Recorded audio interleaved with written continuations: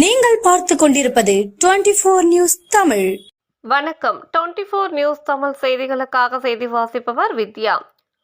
ராணிப்பேட்டை மாவட்டம் சோளிங்கர் நரசிம்மருக்கு திருப்பதியில் இருந்து 80 ஆண்டுகளுக்கு பிறகு வஸ்திரம் கொண்டு வரப்பட்டது.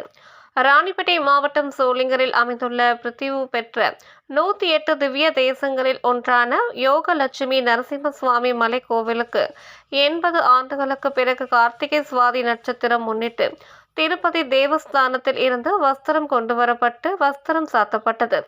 திருப்பதி வெங்கடாச்சலபதி கோவிலில் இருந்து வஸ்திரம் கொண்டு வரப்பட்ட குழுவினரை அறங்காவலர் குழு தலைவர் ரவி, குழு உறுப்பினர்கள் ஹரிஸ், ராஜ்குமார், வேலூர் கோவில் இணை ஆணையர் விஜயா, சோளிங்கர் கோவில் துணை ஆணையர் ராஜா, நன்கொடையாளர்கள் நரசிம்ம ராஜு, ரவீந்திர ராஜு, பூர்ணச்சந்திரன், பட்டாச்சாரியர்கள் ஆகியோர் கோவில் சார்பாக வஸ்திரம் கொண்டு வந்தவர்களை வரவேற்றனர்.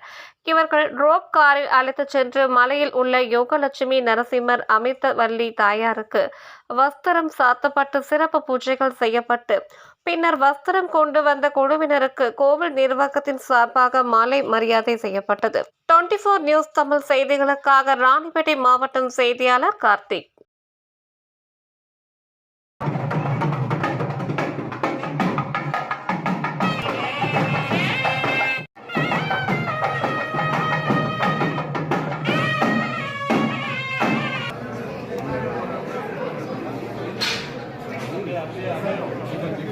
பாருங்க